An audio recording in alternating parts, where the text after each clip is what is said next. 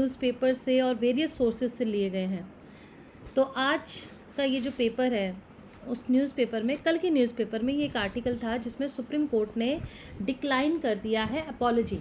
क्या था कि रामदेव बाबा को पिछले साल 2023 नवंबर से बार बार ऑर्डर दिए जा रहे थे कि भाई आप अपनी एडवर्टीज़मेंट, जो फॉल्स एडवर्टीज़मेंट है, उसको बंद कर दीजिए, क्योंकि आपके प्रोडक्ट्स में इतना पोटेंशियल नहीं है कि कैंसर तक की बीमारी को भी ठीक कर सके। लेकिन जो रामदेव बाबा जी थे ये मान नहीं रहे थे, लगातार एडवर्टीज़मेंट दे रहे थे, तो इन पे लग गया कंटेम्प्ट ऑफ कोर्ट। ठीक है,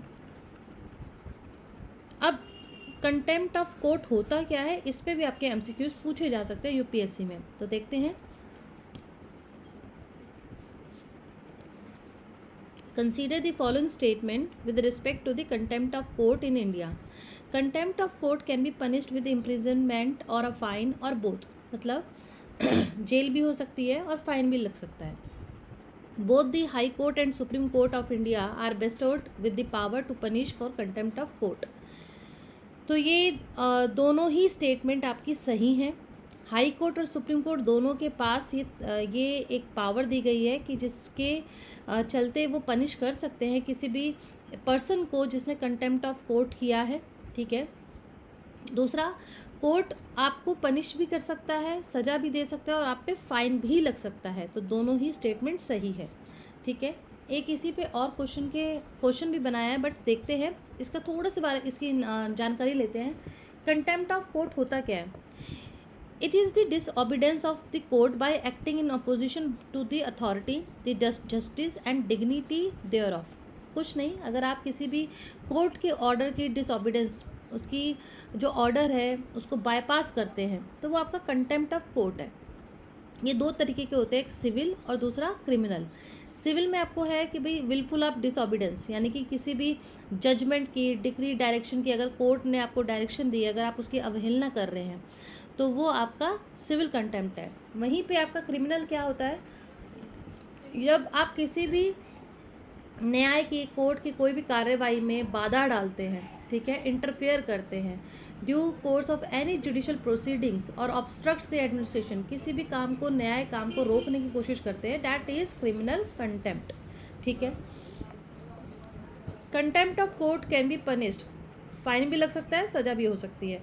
हाई कोर्ट, सुप्रीम कोर्ट दोनों के पास ये पावर है कंटेम्प्ट ऑफ कोर्ट की तहत पनिश करने की। अगर हम थोड़ी सी इसकी हिस्ट्री देखते हैं, ये कंसेप्ट कहाँ से लिया है? ये हमने इंग्लिश लॉ यानी यूनाइटेड किंगडम से लिया है। ठीक है, उसके बाद ये फर्स्ट स्टैट्यूटरी प्रोविज़न जो है वो आपका कब आया था? 1952 में एक्ट बना था, तब आया था, जिसने रिपील किया था एक्ट ऑफ 1926। ठीक है, उसके बाद ये बिल फिर से इंट्रोड्यूस किया by Shri BB Das Gupta on 1 April 1960 to make laws relating to contempt of court more strict. ठीक है, इसको और भी स्ट्रिक्ट बनाने के लिए स्पेशल कमेटी का भी गठन हुआ under the chairmanship of H.N.. Sanyal, जिसने बर्थ दिया या फिर जिसने बनाया एक और एक्ट जो स्ट्रिक्ट था, कंटेम्प्ट ऑफ कोर्ट्स एक्ट 1971। तो अब ये चल रहा है आपका। ठीक है, यूपीएससी ने 2022 में ये क्वेश्चन भी इस पे पूछा है। Pursuant to the report of H.N. Sanyal Committee, the Contempt of Court Act 1971 was passed। अभी जस्ट हमने देखा ये वाली स्टेटमेंट, तो ये बिल्कुल सही है। ठीक है, Constitution of India empowers the Supreme Court and High Court to punish for contempt of themselves, ये भी सही है। Third, the constitution of India defines civil contempt and criminal contempt. नहीं, कॉन्स्टिट्यूशन ये डिफाइन नहीं करता है। ठीक है, तो ये गलत है। In India the parliament is vested with the powers to make laws on contempt of court, ये भी बिल्कुल सही है, स्टैट्यूटरी प्रोविज़न है वहाँ पे। तो आपका इसमें आंसर होगा बी। ठीक है, थर्ड छोड़ के आपकी बाकी की रेस्ट स्टेटमेंट सही है। फिर नेक्स्ट आर्टिकल था हिंदू में गरुड़न थुक्कम। जो गरुड़ है उस पर एक रिचुअल मनाया जाता है साउथ इंडिया में, और ये मनाया जा रहा है अभी सरकारा देवी, जो सरकार देवी टेम्पल है त्रिवंद्रमपुरम में, ये बनाया गया है। ठीक है, during the rituals devotees who dress up Garuda are suspended from a wooden pedestal and taken around the temple. ठीक है, थोड़ा सा जानते हैं, उससे पहले कुछ क्वेश्चंस को देखते हैं इस पे। गरुड़न थुक्कम, इसके रिस्पेक्ट में आपको बताना है। It is a form of dance art. This ritual is perform during the Meena Bharani festival in the Malayalam month of Meenam, March to April.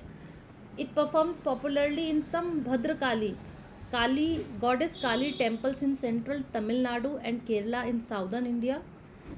तो ये तीनों ही स्टेटमेंट सही है। ये एक ऐसा रिचुअल है जिसे डांस फॉर्म में मनाया जाता है। इसे ईगल हैगिंग भी कहा जाता है, ईगल हैंगिंग, ठीक है। तो थोड़ा सा इसका एक्सप्लेनेशन देखते हैं। देखिए यहाँ पे लिखा भी है, ये ईगल हैंगिंग है, ये देखिए इस तरीके से है।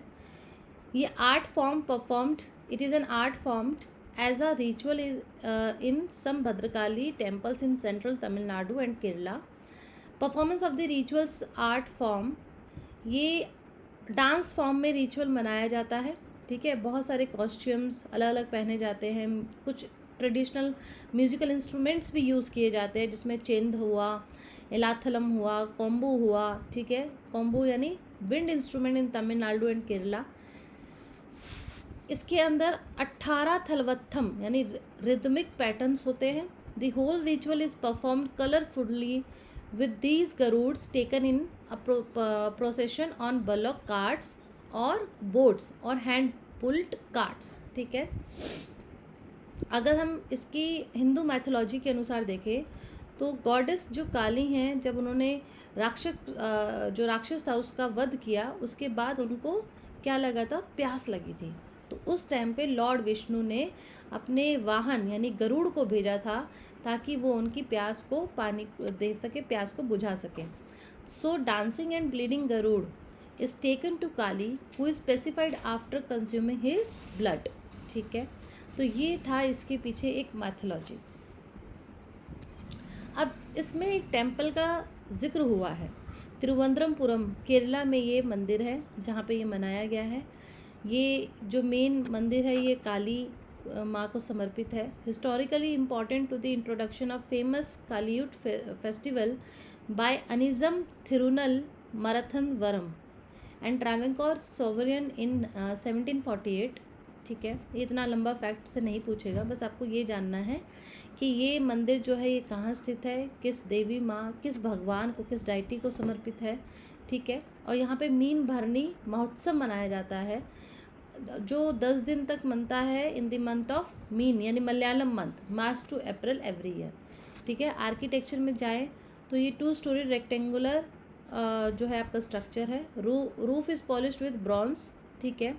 Second storey is decorated with the sculpture of lord Krishna, lord Ram, Durga, lord Ganapati, lord Vishnu, Narasimhamurthy and several other deities, ठीक है। ये भी एक इम्पॉर्टेंट है कि केवल देवी माँ नहीं, उनके अलावा भी ये सारे भगवान इसमें उपस्थित है। नेक्स्ट क्वेश्चन है with reference to heritage and culture of India, ठीक है। Garudam Thukkam is a ritual dance form performed in Vishnu temples of Orissa. गलत है, उड़ीसा में नहीं मनाया जाता, विष्णु भगवान को समर्पित नहीं है। Chenda and kombu pattu are the musical instruments used in the performance of Garuda Thukkam, बिल्कुल सही है।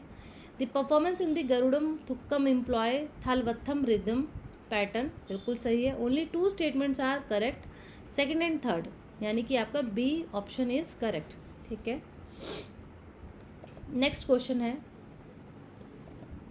वसुध्र ताल, मबन लेक एंड पयुंगरू लेक, ये अभी न्यूज़ में थे। तो ये तीनों लेक कहाँ पे हैं? ये तीनों लेक उत्तराखंड, सिक्किम, अरुणाचल प्रदेश या लद्दाख। तो ये आपका उत्तराखंड में स्थित है। मैं आपको बताऊं, अभी हाल ही में 188 ग्लेशियल लेक्स जो है आइडेंटिफाइड हुए हैं।